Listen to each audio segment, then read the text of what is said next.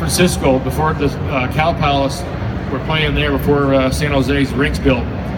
So Risebrow and I didn't get along together on the ice when we played against each other. So obviously, him being the GM, again, we still didn't like each other. So, but at 7 o'clock in the morning, I got up in the morning. My roommate was Tim Sweeney. Got up to go to the bathroom, and we had this joining door. My joining door was the GM, Doug Risebrow. So at 7 o'clock in the morning, which is 10 o'clock Eastern time, I hear my name. Yeah, I'm going to trade that Gilmore. So I'm like, hang on a second here. So I'm laying through the door. I'm laying down by the door now. My ear's there for about a half hour. Tim Sweeney wakes up and he sees me laying on the floor, and I'm going, "You're a part of this too," but he wasn't. But his name came up in the deal too. So at the end of it, I knew I was being traded. I didn't know where. I heard possibly Toronto. I heard Hartford. Thank God I went to Toronto.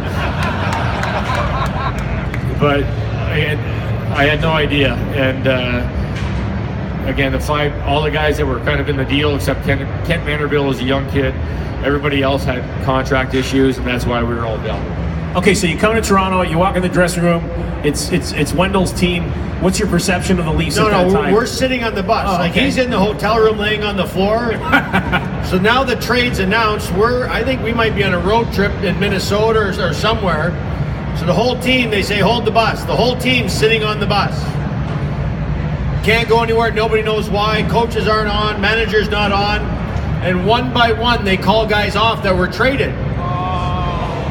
There's 5 guys traded in the deal. So you're like the front guy, like a half hour into this, guys are hiding behind the benches.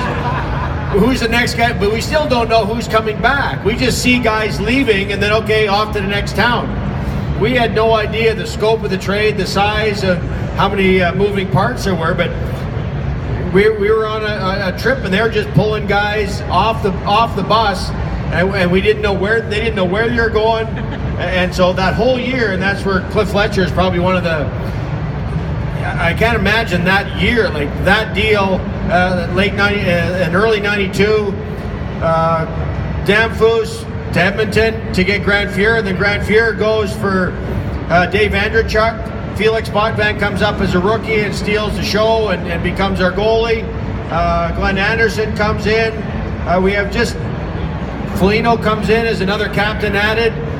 Krushelinski comes in and another piece added. So there's about 15 players changed the team that he did, and we go from no playoffs to semifinals. So that was a ton of moving parts that Cliff did. I like the story of being on the bus. Did anyone have to translate for Alexander Godinyak to let him get off the bus? You know what? I kind of knew going into the year when Cliff left that I was going to be traded during that year. And I remember the Leafs were in training camp in Calgary, and Brian Papineau was a trainer. To this day, he's still a trainer. Still is, yeah. And I said, "Hey, Papineau, make sure 93's in the deal. I want that jersey." I was just joking.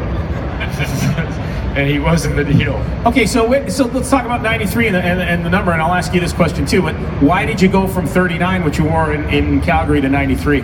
Well, first off, I wore number 9, and then I got traded to Calgary, and this bushy-haired mustache guy, Lanny, had 9. And then 19 was a guy named Tim Hunter, wasn't getting that. Joel Otto was 29, wasn't getting that. So I went to 39, and then when I got traded, I was like, okay, he was in a deal. Tom Watt was coaching the Leafs at the time. We're in Detroit when Rick Walmsley and I were the first to arrive, and Tom Watt said to the trainers, "No more high numbers." And they gave me number 14, and I was like, "I'm not wearing that." They gave you 14? Oh, and the first picture I ever had in the dressing room was number 14, and I was like, "Guys, I'm not wearing this. No matter what, I'm not wearing this number." And then I said I wanted 93, and so. And when you said 93 with no high numbers, Tom Watt wasn't in the room, right? No, he wasn't, but the trainers went and told him, and they were okay with it. He was okay with it. Number 17 for you. Why 17? And this, I thought it was always cool that after you left the team, no one ever wore it. It's pretty amazing, you know. And I'll ask you about the retirement stuff too, but tell me about 17. Well, 17, it was just hanging in my stall. That's when I walked in for training camp. Number 17 was the number that was there. So that's Rick Vide. I wore number 22 in junior. Rick Vide was the captain, so you weren't going to get number 22. And usually they give you a number, you get through training camp, and then you can maybe decide if you want to change your numbers. But back in the old days, in the 80s, if you had a low number, you knew you had a pretty good chance you were going to make the hockey team.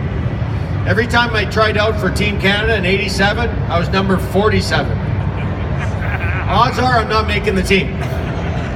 But that was kind of how it started, is if you got a high number in training camp, you had to work your way down. You weren't the guy that was going to be, that they were hoping or speculating to get. So when I had a 17, you had a pretty good idea that was a good chance. And being honored, like Doug and I were, that they retired the numbers. The last 20 years or 17 years, it's cheaper now. I can stop paying Brian Papineau to stop from not giving the number out. Okay, talk about retiring the numbers. The Leafs announced this year that they don't tell anybody, and I guess they must have told you guys when they didn't tell you when they were making the decision.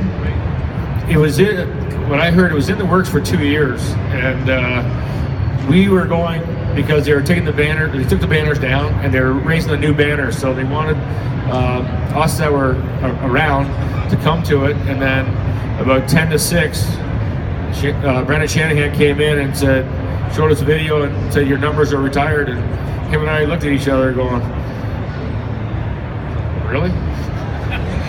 Did it make sense to you though that they would wait until? I mean, it was a great opportunity for them to do it when Dave Keon finally came back into the Maple Leaf family.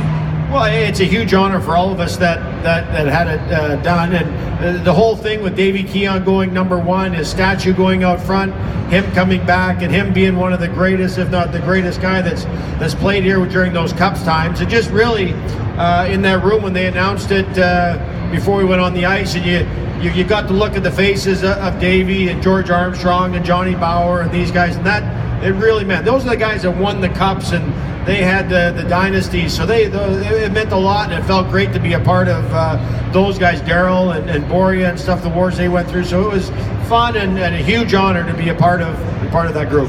When you were playing junior, Doug, who was your favorite team growing up? Well, being from Kingston,